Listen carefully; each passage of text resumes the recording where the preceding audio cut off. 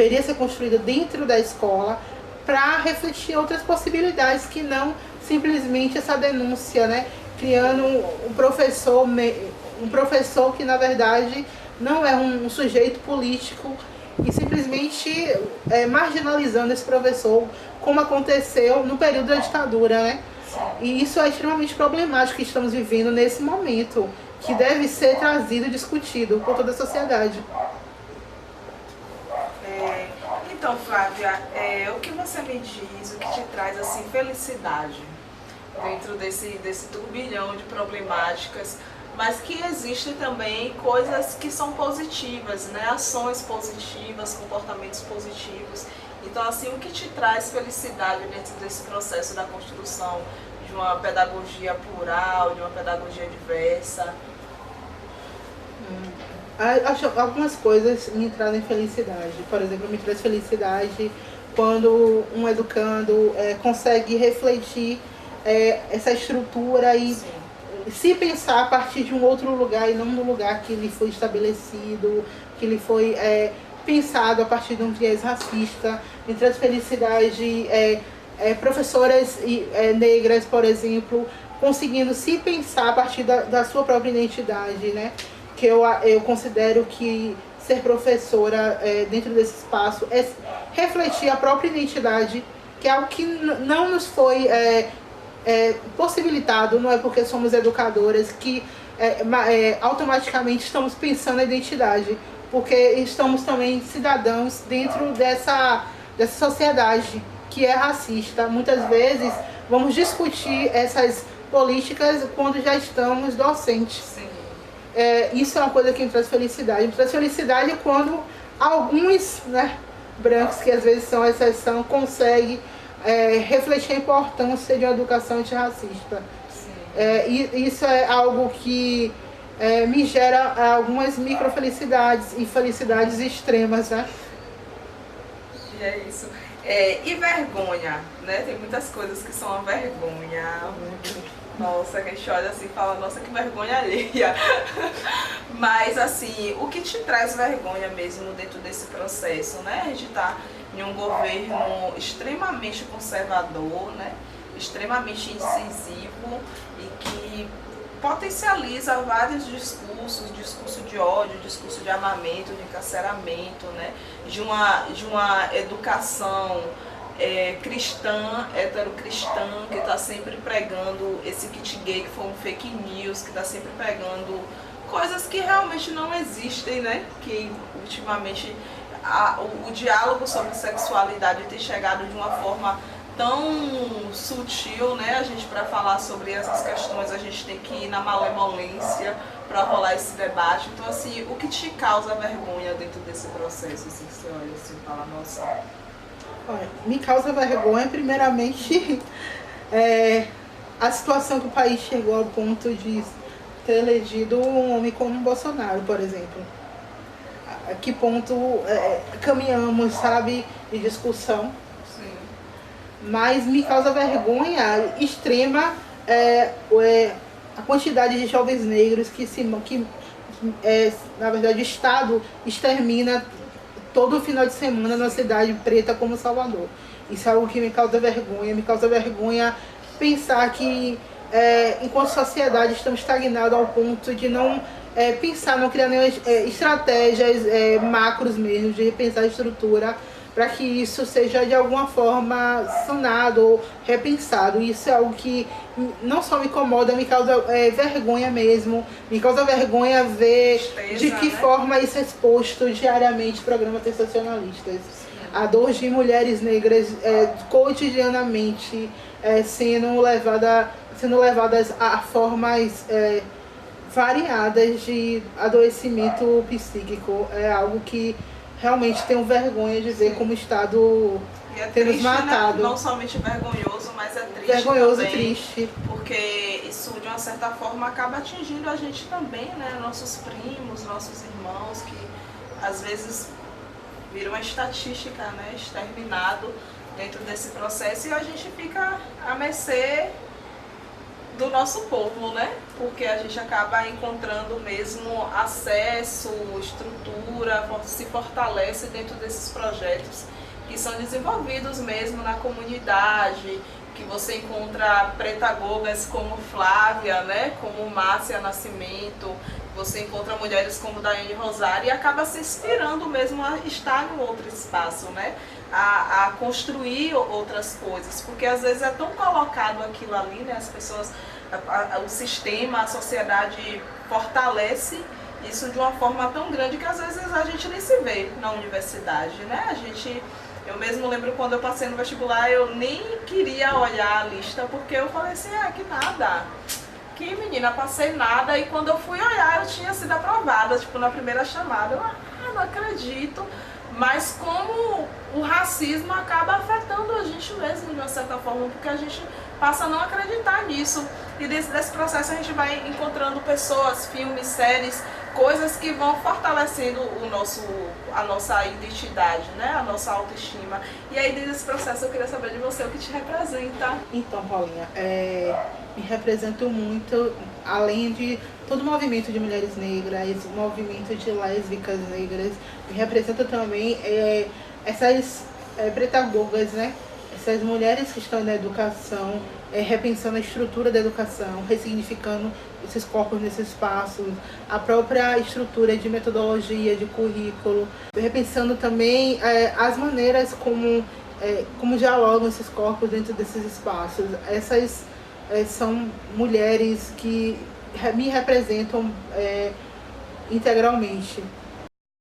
E já chegando no finalzinho, né, do nosso programa, do nosso debate, existem tipo coisas, né, canais, livros, filmes, blogueiros, ativistas, né, como queira, sei lá, coisas que a gente se identifica dentro desse processo, que a gente está mais próximo, que a gente acaba estando, né, de uma certa forma mais presente, porque também é um espaço que acolhe o nosse corpo, porque é um espaço que você fala, que você manifesta, que você consegue ser quem você é, né? E dentro desse debate eu queria te perguntar o que você curte, comenta e compartilha, minha filha. Me diga aí. É que eu curto, comento e compartilho. Muitas coisas. Eu curto, comento e compartilho o canal Corpo Político, né? Primeiramente porque eu penso nesse canal como um espaço mesmo virtual, itinerante mesmo, assim, no sentido até do espaço físico, que ele é para além desse espaço virtual, de formação política, né? Acho que faltava mesmo um canal desse, de pensar política, pensar para a juventude negra, para senhoras, pessoas negras do modo geral, discutir política a fundo. Está precisando num espaço mesmo virtual, discutir política a fundo. Aí eu curto, comento e compartilho o seu canal. Também acho que tem outros curto, comento e compartilho, por exemplo, as meninas poetas mesmo, que estão em coletivos nessa cidade. Vou citar, eu não gostaria de citar uma para não... porque seria injusto, mas eu vou citar o coletivo Deferinas para representar algumas dessas meninas, assim, e pensar como a estrutura de Cajazeiras, por exemplo, elas ressignificam não só Cajazeiras na verdade, né, porque elas são para além, levam isso, mas para pensar como nós temos intelectualidade, nós temos capacidade de transformar através da palavra o espaço que nós estamos, né? É importante que a gente, até adentre a universidade, mas que traga um retorno para o espaço que a gente está. Para os nossos, as nossas, que tragam um retorno. Acho isso muito importante, né? A transformação através da palavra. Mas curto também, compartilho o Sarau da Onça, que é do território que eu faço parte, que é o território da Suarana, né? Que é um espaço mesmo de ocupação e transformação política, né? Em um espaço que muitas vezes não temos outras alternativas, pelo menos é assim que a gente pensa das vezes, e pensou durante tantas vezes. Descobri o Sarau da Onça muito apesar de eles estarem muito tempo existindo, muito depois de que eu saí, por exemplo, de estar, eu comecei a questionar, depois que eu descobri o sarau, por exemplo, como é que eu sabia de outros espaços fora da Sussuarana, mas eu não conhecia o sarau, por exemplo. E isso é problemático, que a gente tem que descentralizar essa coisa que é construída em nós, de achar que a gente só pode discutir política se estiver no centro. Sim. No centro em todos os sentidos. Tem que começar a descobrir o que tem também no espaço de território que estamos. E desconstruir também esse pensamento de que eu não gosto de política, porque política é chato, porque não sei o quê. Algumas coisas realmente são, mas são processos, né, estruturas, organizações que acabam atravessando a nossa vida, né? A educação, por exemplo, é uma política pública, né? É uma política de existência, um direito básico, mas que o Estado em si deixa a desejar, né? Em vários aspectos, porque tudo que a gente dialogou aqui hoje já diz muito, né? E a gente fica nessa correria mesmo também para promover essa pedagogia, para a gente já ir caminhando, que você me dissesse que você tá no corre, assim, real, você fala assim, olha, você fala, nossa, eu tô no corre disso aqui. Da minha vida, da educação. Da educação, da sua vida, porque acaba que o trabalho e a militância e tudo vai se juntando e a gente vai vivendo nessa correria louca que é a vida, né? Nossa, Ana, eu tô pensando no que eu tô no corre. Porque a gente tá no corre de várias coisas. Assim, e o tempo todo, inclusive. Se eu for falar do que eu tô no corre no sentido enquanto profissional, eu tô no corre, por exemplo, de estrutura psicológica, de saúde mental enquanto profissional, de estrutura financeira enquanto profissional, que nós, enquanto profissionais de educação, não sejamos nem marginalizados, como é que é isso que está acontecendo nessa situação atual, e nem desrespeitado no sentido financeiro da coisa, sabe? E isso tem muito acontecido. É uma questão prioritária mesmo nesse momento. Nós não somos profissionais, nós precisamos tirar os professores e professoras desse lugar de assistencialista. Foi uma coisa que eu estava conversando até com você antes, sobre uma obra de Paulo Freire, né, que se chama Professora Sim, Tia Não, né? E ele, quando ele fala disso, há muito tempo eu questionava, assim, falava sobre como nesse diálogo em sala algumas crianças vêm e acabam usando esse termo, e como dentro desse espaço o meu corpo, né, é o primeiro a ser que utilizam esse termo, e como assim a utilização desse termo vem muito pela questão de mulheres negras na educação não são vistas como intelectuais. Então, quando eu dentro desse espaço, eu sou chamada de tia, assim como a tia da merenda, a tia do corredor, é porque nós, conjuntamente, não somos pensadas como intelectuais em nenhum setor, né? Então, eu não sou a intelectual da educação, assim como a branca, que é a mestra em educação, a doutora em educação. Ali eu sou uma tia, pensada como uma cuidadora, não como uma intelectual da educação, que estudou para pensar a estrutura psicológica da criança, o social.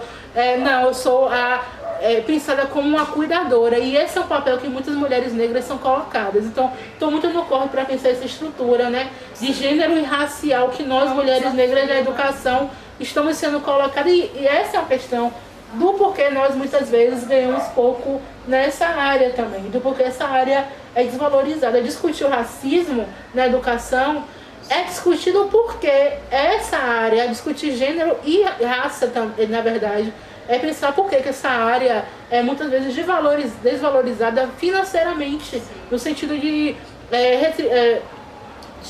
salário mesmo. Sim, e que é uma área que é ocupada também majoritariamente por mulheres, né? Por mulheres. E é uma das que mais são ocupadas por mulheres negras, assim, com ser pensado a docência mesmo. E essa é uma questão, assim, para se pensar, todas nós.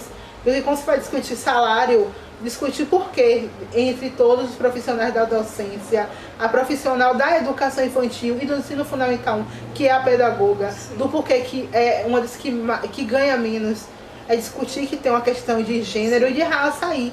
Então, discutir gênero e raça é fundamental para todas, né? Para todas, para que possamos pensar sobre a questão salarial, por exemplo, ou de estrutura da educação para profissionais.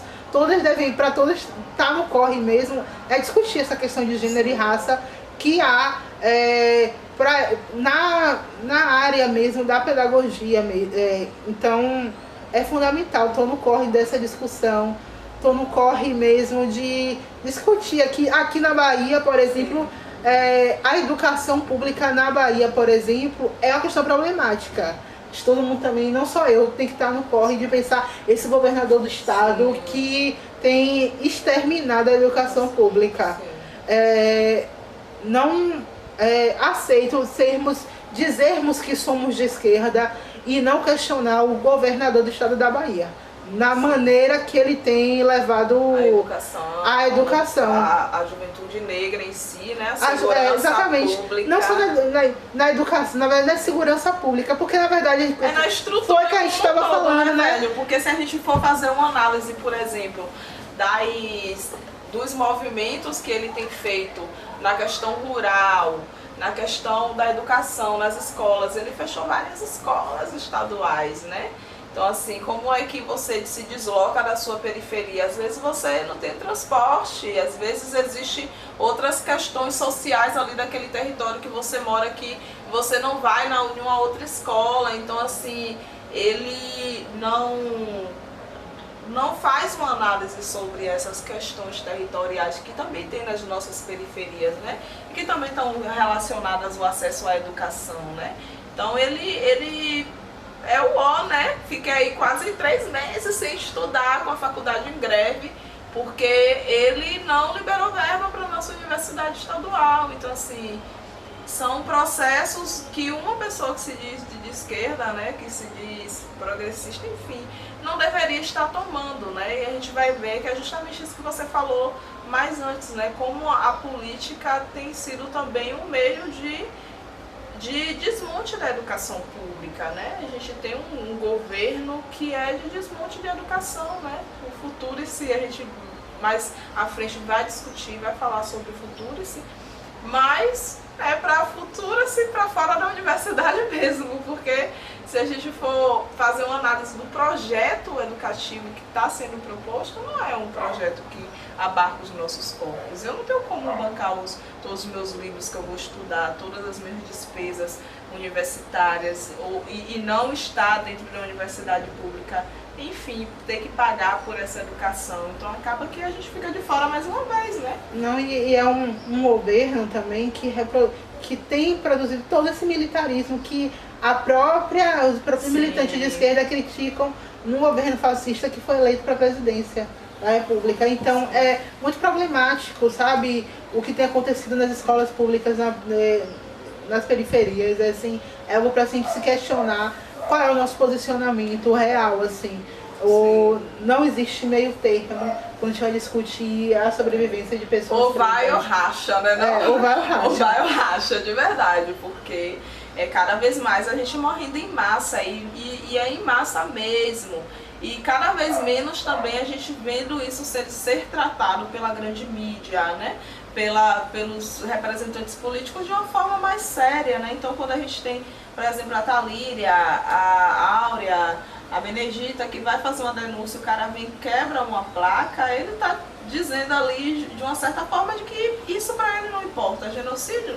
Não sei quem é, né? Educação para negro? Não sei quem é. Então, fica parecendo que a gente tá andando na terra de ninguém, né? Porque se você olha à esquerda, tá uma merda. Se olha à direita, tá uma outra merda. Então você fica meio que entre esquerda e direita, nós somos pessoas negras, né? Então, galera, esse foi o nosso debate com Flávia Nascimento. E foi um debate muito rico.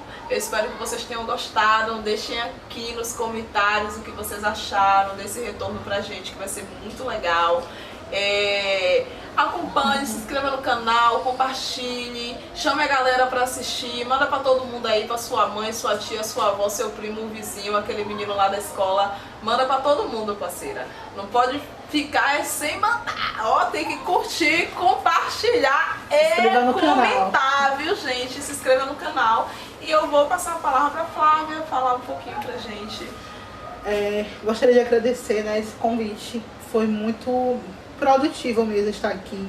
Acho que cada vez mais temos que ocupar esses espaços para falar sobre educação e, na verdade, todas as temáticas de fato importantes para a população negra e, na verdade, para toda a população brasileira nesse momento. E penso também que devemos pensar hoje, né, a educação a partir de outra perspectiva, que, na verdade, essa reflexão não é importante somente para a população negra, é importante para todos os sujeitos, né, e sujeitas, independente de ser negro, branco, indígena. É uma nova construção mesmo de mentalidade. Então, gostaria de agradecer mesmo, e é importante, se inscreva aí no canal, gente. Passe. Melhor que passar fake news, melhor que passar cara de Bolsonaro. Com certeza. Se inscreva no canal. Com certeza. Então é isso, gente. Então nos vemos no próximo vídeo. Beijo!